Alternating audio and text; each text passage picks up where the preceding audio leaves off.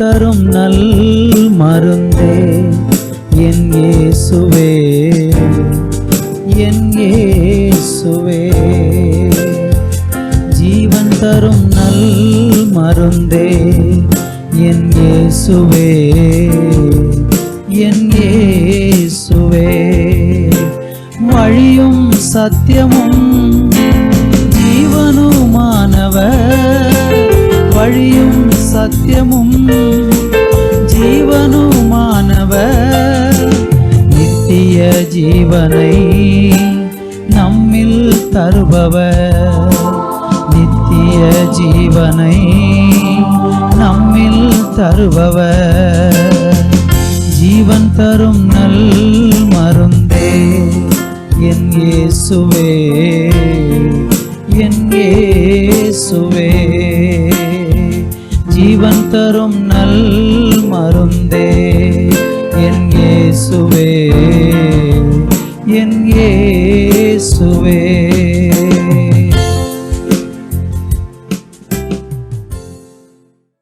Thoothukudi revival Christian assembly ministries வழங்கும் ஜீவன் தரும் நல்மருந்து என்ற இந்நிகழ்ச்சிக்கு உங்களை அன்புடன் வரவேற்கிறோம். இன்றைய நிகழ்ச்சி உங்களுக்கும் உங்கள் குடும்பத்திற்கும் ஆசீர்வாதமாக இருக்கும் என்று நாங்கள் நம்புகிறோம். இப்பொழுதும் நமது ஊழியர் கே. சந்தோஷ் அவர்கள் வழங்கும் தேவ செய்தி இதோ உங்களுக்காக. அன்புள்ள தேவனுடைய பிள்ளைகளே, ஆண்டவராய் இயேசுவின் நாமத்தில் உங்களை வாழ்த்துகிறேன். இன்றைக்கு ஏசாயா தீர்க்க தரிசன புஸ்தகம் 41ஆம் அதிகாரம் அதனுடைய 8, 9 ஆகிய வசனங்களை வாசித்து இந்த நாளிலேயும் கூட நம் சிந்தனைக்காக கர்த்தருடைய வார்த்தையை நாம் கவனிப்போம். தேவன் நம்மோடு பேசுவாராக. இப்பொழுது அந்த வசனத்தை வாசிக்க கேட்கலாம். என் தாசனாகிய இஸ்ரவேலே, என் தாசனாகிய இஸ்ரவேலே, நான் தெரிந்து கொண்ட யாக்கோபே, நான் தெரிந்து கொண்ட யாக்கோபே, என் சிநேகிதனான ஆபிரகாமின் சந்ததியே, நான் பூமியின் கடையாந்தரங்களிலிருந்து உன்னை எடுத்து அதன் எல்லைகளிலிருந்து உன்னை அழைத்து வந்து நீ என் தாசன், நான் உன்னை தெரிந்து கொண்டேன், நான் உன்னை வெறுத்து விடவில்லை என்று சொன்னேன். இந்த வேத பகுதியை நம்ம தியானிக்கும் போது இஸ்ரவேலை குறித்து அல்லது தேவனுடைய ஜனத்தை குறித்து ஆண்டவர் சொல்லுகிற ஒரு அருமையான வார்த்தையை பார்க்கிறோம். என்ன சொல்லப்பட்டிருக்கிறது? இஸ்ரவேலே, என் தாசனாகிய இஸ்ரவேலே, நான் தெரிந்து கொண்ட யாக்கோபே, என் சிநேகிதனான ஆபிரகாமின் சந்ததியே என்று சொல்லப்படுகிறதை பார்க்கிறோம். இந்த வசனத்தில் நம்ம படிக்கும்போது ஒரு உண்மை நமக்கு ரொம்ப தெளிவாய் தெரிகிறது. தேவன் தெரிந்து கொண்ட சந்ததி என்று சொன்னால் அது ஆபிரகாமனுடைய சந்ததியாக இருந்த அந்த முழு இஸ்ரவேலை குறித்து கர்த்தர் சொல்லுகிற ஒரு அருமையான வார்த்தை. பழைய ஏற்பாடு முழுவதும் நம்ம பார்த்தால் தேவன் தனக்காக ஒரு ஜனத்தை தெரிந்தெடுத்திருந்தார். அந்த ஜனம் இஸ்ரவேல் ஜனங்கள் என்று அறியப்பட்டார்கள். ஆண்டவர் அந்த ஜனத்திற்கு பல நேரங்களிலே அவர்களை அழைக்கும் பொழுது செல்ல பெயராக சொல்லி அழைக்கக்கூடிய சில வார்த்தையை நம்ம வேதத்தில் பார்க்க முடியும். சில நேரம் ஆண்டவர் அந்த ஜனங்களை இஸ்ரவேலே என்று அழைக்கிறார். சில நேரங்களிலே ஆண்டவர் அந்த ஜனங்களை யாக்கோபே என்று கூப்பிடுகிறார். இன்னும் ஆபிரகாமின் சந்ததி என்று சொல்லுகிறார். இன்னும் கர்த்தர் சொல்லும்போது என்னுடைய ஜனம் என்று சொல்லுகிறார். என்னுடைய சம்பத்து, என்னுடைய சொத்து, இப்படியெல்லாம் ஆண்டவர் தான் தெரிந்து கொண்ட இஸ்ரவேல் ஜனங்களுக்கு அழகாக பெயர் சூட்டி அவர்களை அழைக்கிறதை நம்ம பார்க்கிறோம். இந்த வசனத்திலும் கூட ஆண்டவர் இஸ்ரவேலை குறித்து சொல்லும்போது அப்படித்தான் பேசுகிறார். அந்த ஜனத்துக்காக அந்த ஜனத்தை அவர் வர்ணித்து சொல்லக்கூடிய வார்த்தைகளை இந்த 8வது வசனத்தில் நம்ம பார்க்க முடியும். தேவன் தனக்கென்று ஒரு கூட்டம் ஜனங்களை தேர்ந்தெடுக்கிறார். எல்லா காலத்திலும் கர்த்தர் தனக்காக ஒரு கூட்டம் மக்களை தேர்வு செய்து அந்த ஜனத்தோடு பேசி அந்த ஜனத்துக்கு அவர் ஆதரவாக இருந்து அந்த ஜனத்தின் நடுவில் உலாவி அந்த ஜனத்தை ஆசீர்வதித்து தனக்காக தன்னுடைய விருப்பங்களை, தேவனுடைய விருப்பத்தை, அவருடைய சித்தத்தை இந்த பூமியில் நிறைவேற்றுவதற்கு ஆண்டவர் அந்த ஜனங்களை எல்லா காலங்களிலும் பயன்படுத்தி இருக்கிறார். அன்றைக்கு பழைய ஏற்பாட்டில் ஆண்டவர் இஸ்ரவேலை தனக்கு ஜனமாக தெரிந்து கொண்டார் என்றால், இந்த காலத்தில் ரட்சிக்கப்பட்ட ஜனங்களை தேவன் இஸ்ரவேல் ஜனங்களைப் போல பார்க்கிறார். கர்த்தராகி இயேசு கிறிஸ்துவை சொந்த இரட்சகராக ஏற்றுக்கொண்டு அவருடைய இரத்தத்தினாலே கழுகப்பட்டு பரிசுத்தமாக்கப்பட்டு அவருக்காக முன்குறிக்கப்பட்ட ஒரு கூட்டம் ஜனங்கள் இன்றைக்கும் உலகம் முழுவதும் வாழ்ந்து கொண்டிருக்கிறாங்க. ஆண்டவராய் இயேசு கிறிஸ்துவை கடவுளாய் ஏற்றுக்கொண்ட ஒவ்வொருவரும் தேவனுடைய பிள்ளைகளாக இருக்கிறார்கள் என்று யோவான் 1:12 நம்ம படிக்க முடியும். அவருடைய ஜனம், அவருடைய பிள்ளைகள் என்று சொல்லி கர்த்தர் தன்னை பின்பற்றக்கூடிய ஜனத்தை அவர் நேசித்து அவர்களை வழிநடத்துகிறதை நம்ம பார்க்கிறோம். அவரால் தெரிந்து கொள்ளப்பட்டவர்களுக்காக தேவன் என்னதெல்லாம் செய்கிறார் என்பதைத்தான் இன்றைக்கு நாம் சிந்திக்க போகிறோம். அந்த வசனத்தினுடைய கீழே உள்ள பகுதிகளில் நாம் சில விஷயங்களை இன்றைக்கி பார்க்க போகிறோம். முதலாவது நீங்கள் பார்த்தீங்கன்னா அந்த வசனத்தில் 9வது வசனத்திலேயும் அவர் தெரிந்து கொண்டதை குறித்து சொல்கிறார். நான் பூமியின் கடையாந்தரங்களிலிருந்து உன்னை எடுத்து அதன் எல்லைகளிலிருந்து அழைத்து வந்து நீ என் தாசன், நான் உன்னை தெரிந்து கொண்டேன், நான் உன்னை வெறுத்து விடவில்லை என்று சொன்னேன். அந்த தெரிந்து கொள்ளுதலுடைய முக்கியத்துவத்தை சொல்கிறார். எப்படி தெரிந்து கொண்டாராம்? பூமியின் கடையாந்தரங்களிலிருந்து தெரிந்து கொண்டார். எரேமியா தீர்க்க தரிசனம் 1ஆம் அதிகாரம் 5வது வசனத்தை படிக்கும்போது தாயின் கருவில் உருவாகும் முன்னதாகவே ஆண்டவராகிய தேவன் ஒரு மனுஷனை முன்குறிக்கிறார். அப்போ தேவன் ஒரு மனிதனை முன்குறித்து பூமியின் கடையாந்தரங்களிலிருந்து உன்னை எடுத்து அதன் எல்லையிலிருந்து அழைத்து வந்து நீ என் தாசன், நான் உன்னை தெரிந்து கொண்டேன், நான் உன்னை வெறுத்து விடவில்லை. அந்த ஜனங்களை ஆண்டவர் நேசிக்கிறார். இந்த செய்தியை கவனிக்கிற உங்களை ஆண்டவர் நேசிக்கிறார். ஆண்டவர் உங்களை தெரிந்தெடுத்திருக்கிறார். நீங்கள் ஆண்டவரை விசுவாசிக்கிறீங்கன்னா நீங்கள் தெரிந்து கொள்ளப்பட்டவர்கள். எதற்காக தெரிந்து கொள்ளப்பட்டவர்கள் என்றால் தேவனோடு நடப்பதற்கும் தேவனுடைய சித்தத்தை இந்த பூமியில நிறைவேற்றுவதற்கும் கடவுள் பூமியில என்ன செய்ய வேண்டும் என்று விரும்புகிறாரோ அதை நம் மூலம் நிறைவேற்றுவதற்காக தேவன் நம்மை தெரிந்தெடுத்திருக்கிறார். ஏதோ அவர் ஒரு பெரிய தலைவரும் நாமெல்லாம் அவருக்கு தொண்டராகவும் இருப்பதற்காக தெரிந்து கொள்ளவில்லை. ஆண்டவராகிய தேவனுடைய விருப்பத்தை பூமியில் நிறைவேற்றுவதற்காக தேவன் நம்மளை தெரிந்து எடுத்திருக்கிறார். அப்படி தெரிந்து கொள்ளப்பட்டவர்களுக்கு, இயேசுவை இரட்சகராய் ஏற்றுக்கொண்டு தேவனுடைய பிள்ளையாய் மாறுகிறவர்களுக்கு யோவான் 1:12 சொல்லப்பட்டது போல அவருடைய நாமத்தை விசுவாசிக்கிறவர்கள் அவர்கள் தேவனுடைய பிள்ளைகளாகும்படி அதிகாரம் கொடுத்தார் என்று சொன்னாரே, அந்த ஏற்றுக்கொண்ட தேவனுடைய பிள்ளைகளுக்கு இந்த பூமியில் எப்படிப்பட்ட நன்மைகள், பாதுகாப்பை தேவன் கொடுக்கிறார் என்பதை தொடர்ந்துள்ள வசனங்களில் நம்ம பார்க்க முடியும். முதலாவது தேவன் தெரிந்து கொள்ளப்பட்ட ஜனங்களோடு என்ன சொல்ல விரும்புகிறார்? 10வது வசனத்தை வாசிக்க கேட்கலாம். நீ பயப்படாதே, நீ பயப்படாதே, நான் உன்னுடனே இருக்கிறேன், நான் உன்னுடனே இருக்கிறேன். திகையாதே, திகையாதே, நான் உன் தேவன், நான் உன் தேவன், நான் உன்னை பலப்படுத்தி உனக்கு சகாயம் பண்ணுவேன், என் நீதியின் வலது கரத்தினால் உன்னை தாங்குவேன். அருமையான தேவனுடைய பிள்ளைகளே, இந்த வாசித்து கேட்ட வேதவசனத்திலே தெரிந்து கொள்ளப்பட்ட மக்களுக்கு ஆண்டவர் சொல்லுகிற ஆறுதலான வார்த்தை, தெரிந்து கொள்ளப்பட்ட மக்களுக்காக ஆண்டவர் சொல்லக்கூடிய தைரியமான வார்த்தை, தெரிந்து கொள்ளப்பட்ட மக்களுக்கு தேவன் கொடுக்கிற பாதுகாப்பின் வார்த்தை, இதையெல்லாம் இந்த 10வது வசனத்தில் நீங்க பார்க்க முடியும். முதலாவது தெரிந்து கொள்ளப்பட்டவர்களுக்கு ஆண்டவர் சொல்றாரு, நீ பயப்படாதே, நான் உன்னோடு இருக்கிறேன். இந்த உலகத்தில் யார் நம்ம கூட இருந்தாலும், இந்த உலகத்தில் யார் நமக்கு துணை நிற்கிறேன் என்று உறுதி சொன்னாலும் வாக்குரைத்தாலும் தேவன் நமக்கு துணை நிற்பது போல இந்த பூமியில் யாருமே நம்ம கூட இருக்க முடியாது. அன்பு தேவ பிள்ளைகளே, கர்த்தர் சொல்றாரு, நீ பயப்படாதே, நான் உன்னோடு இருக்கிறேன். இந்த உலகத்தில் ஒரு பெரிய பாதுகாப்பு என்ன? நமக்கு பயம் வரும்போதெல்லாம் நம்மோடு கூட கர்த்தர் இருக்கிறார். உங்களுக்கு பயம் வரும் பொழுதெல்லாம் நீங்கள் தெரிந்து கொள்ள வேண்டும், நீங்கள் தெரிந்தெடுக்கப்பட்ட தேவனுடைய பிள்ளையாக இருக்கிறதுனால, நீங்கள் ரட்சிக்கப்பட்டவர்களாக இருக்கிறதுனால நீங்கள் பயப்படாமல் இந்த பூமியிலே தைரியமாய் வாழ கர்த்தர் உங்களோடு கூட இருக்கிறேன் என்று சொல்றார்.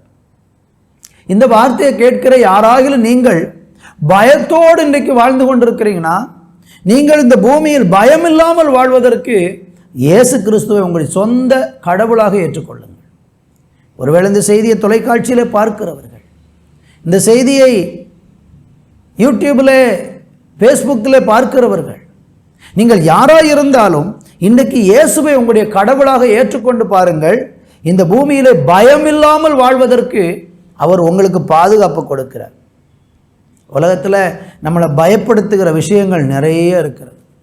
நம்மை சுற்றிலும் நடக்கிற நிகழ்வுகள் நம்மளை பயப்படுத்துகிறது. எதிர்காலத்தை குறித்து பயம் உண்டாகிறது. வாழ்க்கையில் சந்திக்கிற பிரச்சனைகளை எப்படி மேற்கொள்ளப் போகிறோம், பயம் வருகிறது. இரவு நேரங்களில் பயம் வருகிறது. பிசாசை குறித்து பயம் வருகிறது.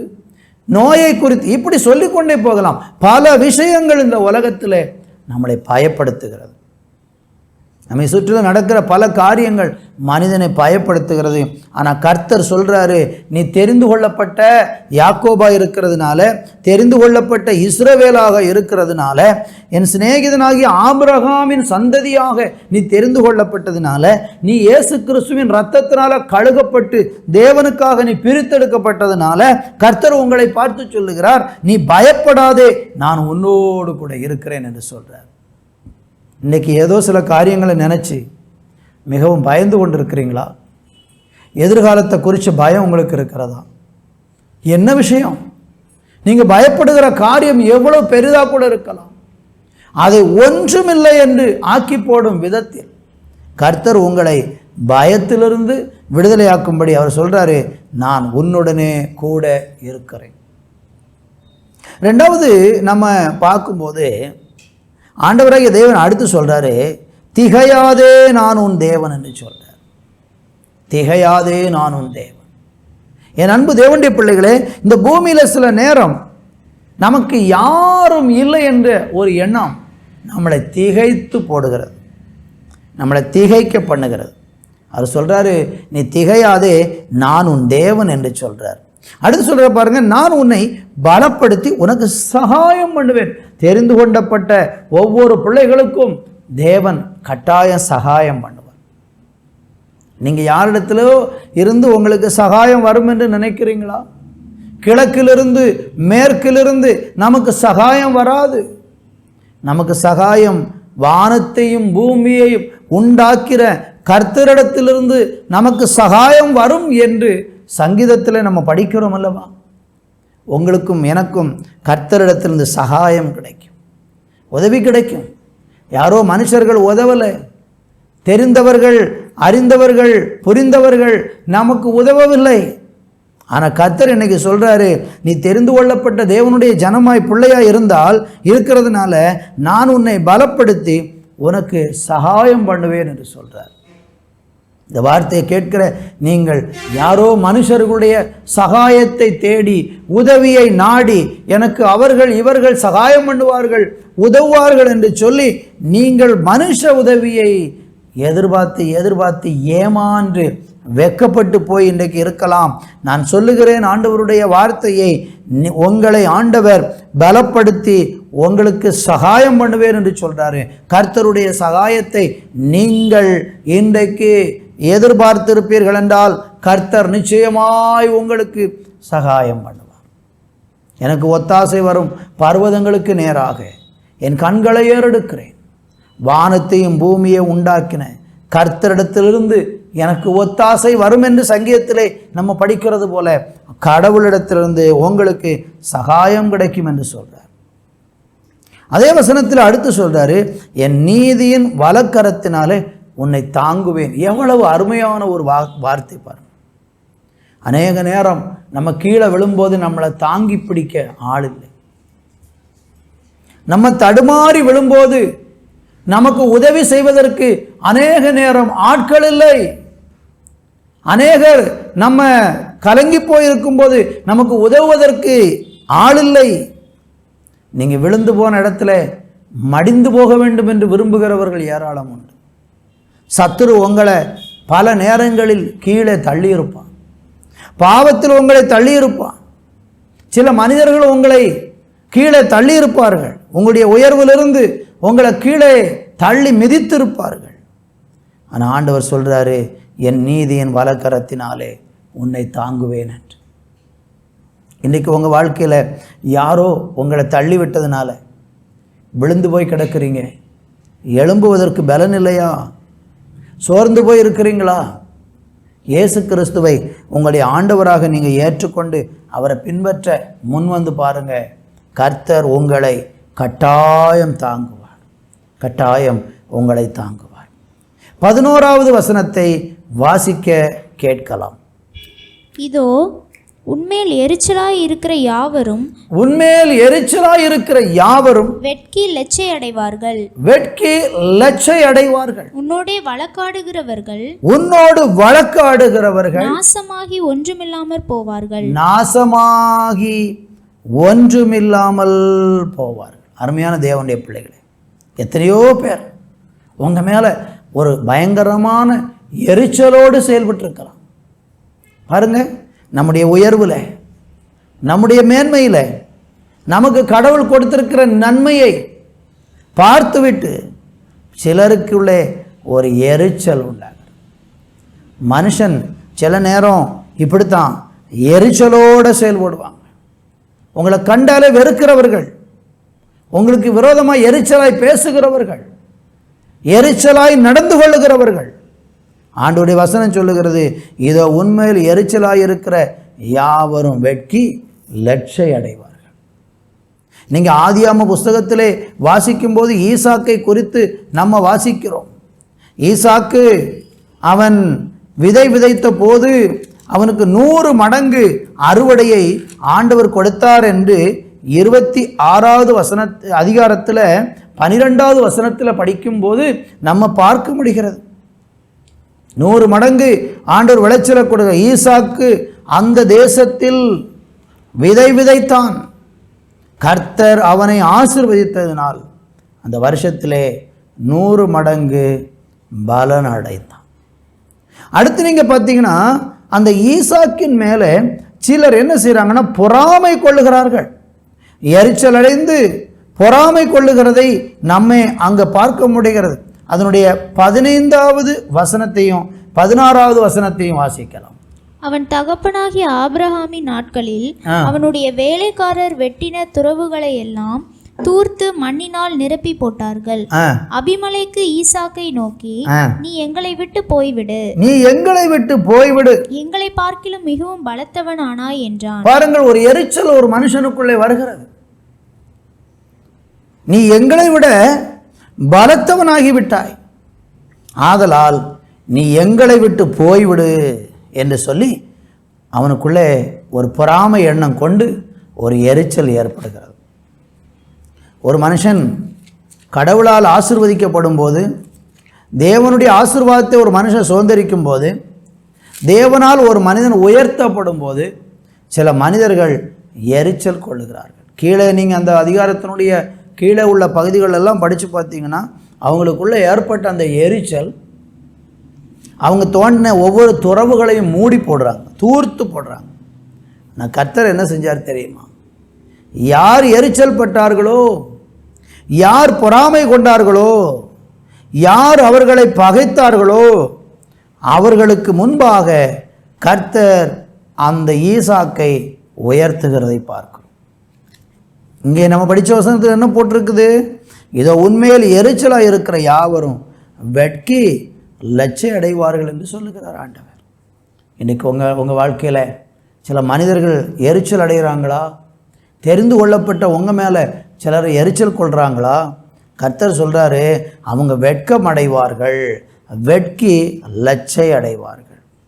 அந்த 11வது வசனத்தின் 2வது பகுதியை பாருங்கள், அங்கே சொல்லப்பட்டிருக்கு, உன்னோடு வழக்காடுகிறவர்கள் நாசமாகி ஒன்றும் இல்லாமல் போவார்கள். இங்கே கடவுள் பயன்படுத்தக்கூடிய வார்த்தைகளெல்லாம் ரொம்ப பயங்கரமான வார்த்தைகளாக இருக்கிறது.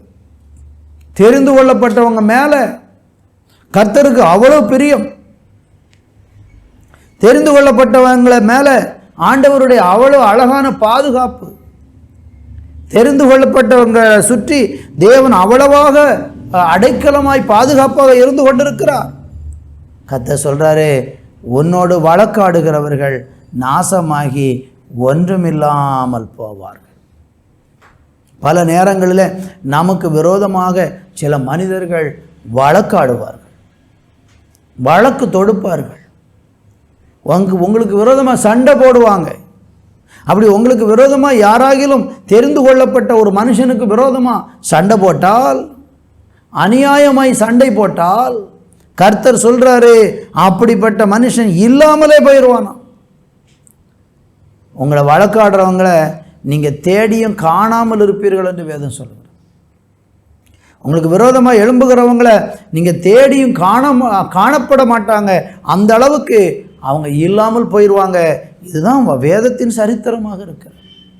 என்னை கவனிக்கிற அருமையானவர்களே, இந்த உலகத்தில் இவ்வளோ பெரிய நல்ல பாதுகாப்பும் இவ்வளோ பெரிய ஒரு ஆசீர்வாதமான வாழ்க்கையும் உங்களுக்கு வேணும்னா நீங்கள் செய்ய வேண்டியது ஒன்றே ஒன்று தான். கர்த்தராகிய இயேசு கிறிஸ்துவை இன்றைக்கு உங்களுடைய தெய்வமாக, உங்களுடைய ஆண்டவராக ஏற்றுக்கொள்ளுங்கள். அவர் உங்களுக்காக சிலுவையிலே 2000 வருஷத்துக்கு முன்பாக இரத்த சிந்தி மரித்திருக்கிறார். இந்த பூமியிலே இயேசு கிறிஸ்துவை தவிர வேற ஒரு தெய்வம் இல்லை, இயேசு கிறிஸ்துவை தவிர ஒரு இரட்சகர் இல்லை, இயேசு கிறிஸ்துவை தவிர வேற ஒரு மீட்பர் இல்லை. அவரே நம்முடைய பாவங்களுக்காக சிலுவையிலே மரித்தவர், அவரே நமக்காக இரத்தம் சிந்தினவர், அவரே இன்றைக்கு நமக்காக இந்த உலகத்திலே வாழ்ந்து கொண்டிருக்கிற மெய்யான தெய்வமாகிய கர்த்தர். எனவே இன்றைக்கு நீங்கள் இயேசு கிறிஸ்துவை உங்களுடைய தெய்வமாக ஏற்றுக்கொண்டு அவரை பின்பற்ற தீர்மானிச்சு பாருங்க. வேதம் சொல்லுகிறது, நீங்க உங்களுக்கு விரோதமாய் வழக்காடுகிறவர்கள் நாசமாகி இல்லாமல் போவார்கள் என்று.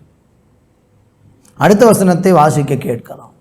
உன்னோடு போராடினவர்களை தேடியும் காணாதிருப்பாய். நீ தேடியும் என்ன செய்ய மாட்டாய், காணாதிருப்பாய் என்று கர்த்தர் சொல்றார். உன்னோடு போராடுறவங்களை நீ தேடியும் காணாதிருப்பாய். நல்லா கவனிங்க. உங்களுக்கு விரோதமாக சிலர் போராடுவாங்க, போராடுறவங்க காணாமல் போயிடுவாங்க. இது எவ்வளோ பெரிய ஒரு பாருங்க, உலகத்தில் யாருக்காக இப்படி ஒரு வாழ்க்கை கிடைக்குமா? ஒரு கர்த்தருடைய பிள்ளைக்கு, ஒரு தெரிந்து கொள்ளப்பட்ட யாக்கோபுக்கு, ஒரு தெரிந்து கொள்ளப்பட்ட இஸ்ரவேல் என்கிற ஆபிரகாமின் சந்ததிக்கு எவ்வளோ பெரிய ஒரு மேன்மையான வாழ்க்கை ஆண்டவர் வச்சிருக்கிறார். இதெல்லாம் நிறைய பேருக்கு புரியலை. வழக்காடி வழக்காடி வழக்காடி வாழ்நாள் முழுவதும் வேதனை, போராடி போராடி வாழ்நாள் முழுவதும் வேதனை. இன்னைக்கு பலவிதமான போராட்டத்தில் நீங்கள் இன்னைக்கு தவிச்சுக்கிட்டு இருக்கிறீங்களா? உங்களுக்கு எதிராக எழும்புகிற போராட்டத்தை எதிர்கொள்ள முடியாமல் இன்னைக்கு மிகவும் கஷ்டப்பட்டு கொண்டு இருக்கிறீங்களா? கர்த்தர் நமக்கு சொல்றாரு, உங்களுக்கு விரோதமாய் போராடுறவங்களை நீங்கள் தேடியும் காணாத இருப்பீர்கள், அவங்க இல்லாமல் போயிடுவாங்க. அழகாய் சொல்றாரு, உன்னோடு போராடி இருக்கிறவர்கள் தேடியும், நீங்கள் அவங்கள தேடி பார்த்தா கூட அந்த எல்லையில் அவங்க இருக்க மாட்டாங்க. இது கடவுளை பிள்ளைகளுக்கு செய்கிற ஒரு கடவுள் செய்கிற காரியம். நம்ம இதெல்லாம் செய்ய போகிறதில்லை. நீங்கள் கர்த்தருக்கு பயந்து, தேவனுக்கு கீழ்ப்படிந்து, தேவன் சொல்லுகிற வழியில் நடந்து கொண்டே இருங்க. நீங்கள் ஆனால் யாருக்கு விரோதமாக எழும்பவோ போராடவோ கூடாது. இது கர்த்தருடைய வேலை, கர்த்தருடைய செயல். அவர் அதை செய்வார், அவர் அதை செய்வார். கர்த்தருக்கு மகிமை உண்டாகும். அந்த வசனத்தில் அடுத்து என்ன சொல்றார் பாருங்க, உன்னோடு போராடினவர்களை தேடியும் காணாதிருப்பாய், உன்னோடு யுத்தம் பண்ணின மனுஷர் ஒன்றுமில்லாமல் இல்பொருளாவார்கள். யுத்தம் பண்ணுகிறவர்கள். அப்போ இதெல்லாம் நமக்கு விரோதமாக எழும்பக்கூடிய மனிதர்களை குறித்து சொல்லப்பட்ட வார்த்தை. ஒரு மனுஷன் இன்னொரு மனுஷனுக்கு எதிராய், ஒரு தேவனுடைய பிள்ளைக்கு எதிராய், ஒரு தெரிந்து கொள்ளப்பட்ட மனுஷனுக்கு விரோதமாய் ஒரு மனுஷன் எழும்புகிறான் என்றால் அவனை குறித்து கர்த்தர் சொல்றார். 13வது வசனத்தை வாசிக்க கேட்கலாம். உன் தேவனாய் இருக்கிற கர்த்தராகிய நான் உன் வலது கையை பிடித்து பயப்படாதே, பயப்படாதே, நான் உனக்கு துணை நிற்கிறேன் என்று அழகாண்டவர் சொல்றார். எப்படி சொல்றாராம் பாருங்க, தேவனாகிய கர்த்தராகிய நான் உன் வலது கையை பிடித்து சொல்றார். நம்ம வலது கையை பிடிச்சு சொல்றாரு, நீ பயப்படாத, நான் உனக்கு துணை நிற்கிறேன் அப்படிங்கிறார். எவ்வளோ அருமையான ஒரு வார்த்தை. கர்த்தர் நம்முடைய வலது கையை பிடிச்சு சொல்கிறாராம், நீ பயப்படாத, நான் உனக்கு துணை நிற்கிறேன். என்னை கவனிக்கிற அன்பு தேவ பிள்ளைகளை, எனக்கு யாருமே துணை இல்லை, யாருமே துணை இல்லை. வாழ்க்கையில் கடவுள் கொடுத்திருக்கிற வாழ்க்கை துணை உண்டு. கணவனுக்கு மனைவியை ஆண்டவர் துணையாக கொடுத்திருக்கிறார். ஆதாமுக்கு ஏற்ற துணையாக கர்த்தர் ஏவாளை கொடுத்தாரே, சில நேரம் நமக்கு துணையாய் கொடுக்குறவங்க கூட நம்முடைய கஷ்டத்தில் நமக்கு துணை நிற்க மாட்டாங்க. ஆனால் ஆண்டவர் சொல்கிறாரு, பயப்படாதே, நான் உனக்கு துணை நிற்கிறேன். துணை நிற்பார். தெரிந்து கொள்ளப்பட்ட தேவனுடைய பிள்ளைக்கு சில இக்கட்டான சூழ்நிலை வரும். சிலப்போ யாருமே நம்ம கூட இருக்க மாட்டாங்க. எல்லாரும் நம்மளை விட்டுட்டு தன்னந்தனியாக விட்டுட்டு ஓடி போயிடுவாங்க. தனித்து விடப்பட்டவர்களாய் தள்ளப்பட்டு போயிடுவான் சில நேரம். ஆனால் கர்த்தர் அந்த மாதிரி சூழ்நிலையில் நமக்கு துணை நிற்கிறேன் என்று சொல்கிறார். 14வது வசனத்தை வாசிக்கும்போது கர்த்தர் சொல்கிறார், யாக்கோபு என்னும் பூச்சியே, இஸ்ரவேலின் சிறு கூட்டமே, பயப்படாதே என்று சொல்கிறார். இந்த தெரிந்து கொள்ளப்பட்ட ஜனங்கள் எப்பவுமே மற்றவர்களுடைய பார்வையில் ஒரு சிறிய கூட்டமாக தான் இருப்பாங்க, பெரிய கூட்டமாகலாம் இருக்க மாட்டாங்க. இஸ்ரவேல் ஜனங்களை எகிப்திலிருந்து வரும்போது வழியில் சந்தித்த ராஜாக்கள் எல்லாரும் இவங்களை ரொம்ப அற்பமாக நினச்சாங்க. இவங்களுக்கு யுத்தம் தெரியாது, இவங்களுக்கு யுத்த பயிற்சி கிடையாது, இவங்க கையில் ஆயுதம் இல்லை, இவங்களுக்கு ராஜா இல்லை, இவங்களுக்கு இராணுவம் இல்லை. பாருங்கள், இஸ்ரவேல் ஜனங்களுக்கு இது எதுவுமே கிடையாது. அவங்க கடவுளுடைய வழிநடத்தலின்படி 40 வருஷம் வனாந்தரத்தில் அவங்க பயணமாகி வந்தாங்க. ஆனால் அவங்க வனாந்தர பயணத்தில் பார்த்தீங்கன்னா ஆண்டவர் தான் அந்த சிறு கூட்டத்துக்கு ஆதரவாக இருந்தார். சில நேரம் நம்ம ஒரு சின்ன கூட்டமாக தான் இருப்போம். தெரிந்து கொள்ளப்பட்ட ஜனங்கள் பெரிய கூட்டமாக இருக்க மாட்டாங்க. நீங்கள் பாருங்கள், நீங்கள் தேவனை ஆராதிக்கிறவர்களாக இருந்தால், நீங்கள் தெரிந்து கொள்ளப்பட்ட ஒரு தேவனுடைய பிள்ளையாக இருந்தால், நீங்கள் போகிற சபை ஒரு சின்ன சபையாக இருக்கும், ஒரு சின்ன கூட்டமாக இருக்கும். ஆனால் கர்த்தர் என்ன சொல்கிறாரு, அந்த சின்ன கூட்டத்தை பார்த்து சொல்கிறாரு, நீ பயப்பட. ஏன்னா நம்ம கொஞ்சம் பேர் இருக்கும்போது நமக்கு ஒரு பயம் உண்டாகும். நிறைய பேர் இருந்தால் பயம் வராது. கொஞ்சம் பேர் இருக்கும்போது நமக்குள்ள ஒரு பயம் உண்டாகுது. ஐயோ, நாங்கள் கொஞ்சம் பேராக இருக்கிறோம், என்ன செய்ய முடியும்? ஆண்டவர் சொல்கிறாரு, நான் உனக்கு துணை நிற்கிறேன் என்று கர்த்தரும் இஸ்ரவேலின் பரிசுத்தருமாகிய உன் மீட்பர் உரைக்கிறார் என்று சொல்கிறார்.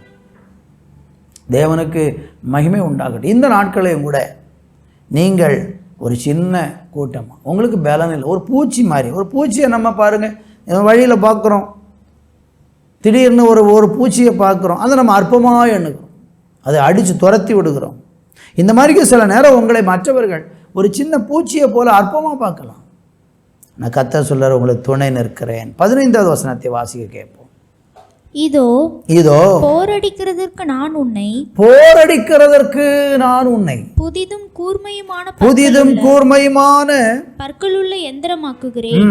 நீ மலைகளை மிதித்து நொறுக்கி குன்றுகளை பதருக்கு ஒப்பாக்கி. அப்ப ஆண்டவர் இப்படியெல்லாம் நமக்கு துணை செஞ்சுட்டு நம்மளை, தெரிந்து கொள்ளப்பட்ட நம்மளை அவர் என்ன செய்ய போகிறாராம் பாருங்க.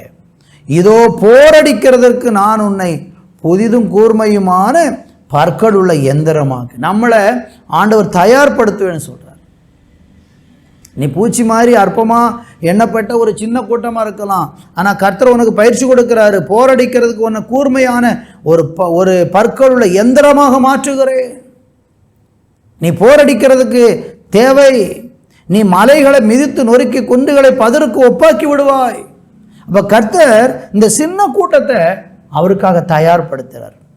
தேசத்தில் நடக்கிற அநியாய அக்கிரமங்கள், அருவருப்புகள், பாவங்கள், தேசத்தில் நடக்கிற தீய கிரியைகளை எதிர்த்து நிற்பதற்கு தேவன் அந்த சின்ன கூட்டத்தை தேவன் உங்களை உருவாக்குகிறான்னு சொல்ற. நீங்கள் பயந்து போயிருந்த உங்களை அற்பமாக எண்ணின அந்த ஜனங்கள் நடுவில், உங்களுக்கு விரோதமாக தீமை செய்த எரிச்சல் அடைந்து உங்களை எப்படியாயிரும் அழிக்கணும்னு உங்களோட போராடின அந்த ஜனங்கள் நடுவில் கர்த்தர் உங்களை ஒரு கூர்மையான எந்திரமாக மாற்றுகிறேன்னு சொல்கிறார். உங்களை உருவாக்குகிறேன் என்று சொல்லுகிறார். கர்த்தருக்கு மகிமை உண்டாவதால். எனவே இந்த நாட்களில் என்னை கவனிக்கிற அருமையான தேவனுடைய பிள்ளைகளே, நீங்கள் இந்த நாட்களில் தேவனுக்குள்ளே கர்த்தருக்குள்ளே வந்து விடுங்கள். இயேசுவை ஏற்றுக்கொண்டு பாருங்கள். இயேசு கிறிஸ்துவுக்கு உங்கள் இருதயத்தில் இடம் கொடுங்கள். பாவ வழியை விட்டு மனம் திரும்பி இன்றைக்கு இந்த கர்த்தராகிய தெய்வத்தை நீங்கள் ஏற்றுக்கொண்டு வந்தால் நீங்கள் தெரிந்து கொள்ளப்பட்ட சந்ததியாக தெரிந்து கொள்ளப்பட்ட பிள்ளைகளாக, தேவனுக்கு பிரயோஜனமுள்ள ஒரு பாத்திரமாக, உங்களுக்கு விரோதமாக என்னென்ன மனித சூழ்ச்சிகள், என்னென்ன தீமையான காரியங்கள் உங்களுக்கு விரோதமாக வந்தாலும் அதன் நடுவில் எல்லாம் கர்த்தர் உங்களுக்கு துணை நின்று உங்களை இந்த நாட்களிலே பாதுகாத்து ஆசீர்வதித்து அவர் உயர்த்த போகிறார். ஜெபிக்கலாமா? இருக்கிற இடங்களில் உங்களுடைய தலைகளை தாழ்த்தி, ஒருவேளை இந்த இயேசுவை பற்றி நீங்கள் இதுவரையிலும் அறியாமல் இருக்கலாம், முதல்ல நீங்கள் கேள்விப்படலாம், அல்லது பலமுறை கேள்விப்பட்டிருக்கிறேன். உங்கள் இருதயத்தை நீங்கள் இயேசுவுக்கு கொடுக்காமல் இருக்கலாம். உலகத்தில் பாவ வழியில் நடந்து உங்களை நீங்கள் கெடுத்து கொண்டு இருக்கிறீங்கன்னா இன்னைக்கு மனம் திரும்பி கர்த்தர் பக்கம் வந்து விடுங்கள். உங்கள் வாழ்க்கையை பிரகாசமாய் மாற்ற இயேசு வல்லவராய் இருக்கிறார். உங்களுக்கு ஒரு பாதுகாப்பு தர இயேசு வல்லவராய் இருக்கிறார். உங்களை ஒரு பற்களுள்ள எந்திரமாக பயன்படுத்த இயேசு வல்லவராய் இருக்கிறார். ஜெபிப்போம். நல்ல பிதாவே, இந்த நாளுக்காய் நன்றி. நீர் எங்களோடு கூட பேசின உம்முடைய நல்வார்த்தைகளுக்காக கர்த்தரை நாங்கள் ஸ்தோத்தரிக்கிறோம். இந்த வார்த்தைகள் மூலம் நீர் எங்களோடு இடைப்பட்டீரே, அதற்காக உமக்கு நாங்கள் நன்றி செலுத்தி மகிமைப்படுத்துகிறோம். எல்லாரும் மேலும் உங்கள் கிருபை உண்டாகட்டும். உங்கள் வல்லமையினாலே நீர் எங்களை மூடி மறைத்து பாதுகாத்து ஆசீர்வதிக்கும்படியாய் நாங்கள் ஜெபிக்கிறோம். தொடர்ந்து கூட இரும், ஒவ்வொருவரையும் காத்துக்கொள்ளும். இயேசு கிறிஸ்துவின் நாமத்தில் ஜெபிக்கிறோம் எங்கள் நல்ல பிதாவே. ஆமேன், ஆமேன். அன்பு தேவ பிள்ளைகளை, இந்த நாளில் தேவன் நம்மோடு கூட பேசியிருக்கிறார். தொடர்ந்து இந்த தேவனுடைய அன்பை நீங்கள் இன்னும் அறிய விரும்பினால் எங்களை தொடர்பு கொள்ளுங்கள். உங்களுக்காக நாங்கள் ஜெபிக்க ஆயத்தமாக இருக்கிறோம். கர்த்தர் தாமே உங்களை ஆசீர்வதிப்பாராக. ஆமேன், ஆமேன். அன்பானவர்களே, கர்த்தருடைய வேதம் குறைவற்றதும் ஆத்துமாவை உயிர்ப்பிக்கிறதுமாய் இருக்கிறது என்று நாம் வேதத்தில் வாசிக்கிறோம். இன்றைக்கு நீங்கள் பார்த்த சத்தியமும் உங்கள் ஆவி, ஆத்துமா, சரீரத்தை நிச்சயமாக உயிர்ப்பிக்கும் என்பதில் எவ்வளவேனும் சந்தேகம் இல்லை. மீண்டும் அடுத்த வார நிகழ்ச்சிக்காக ஜெபத்துடனும் எதிர்பார்ப்புடனும் காத்திருப்போம். கர்த்தர் உங்களை ஆசீர்வதிப்பாராக. ஆமேன். Our address: Revival Christian Assembly Ministries, 17/3, Brainagar 2nd Street East, Chuchukurin. Contact 944 277 8986.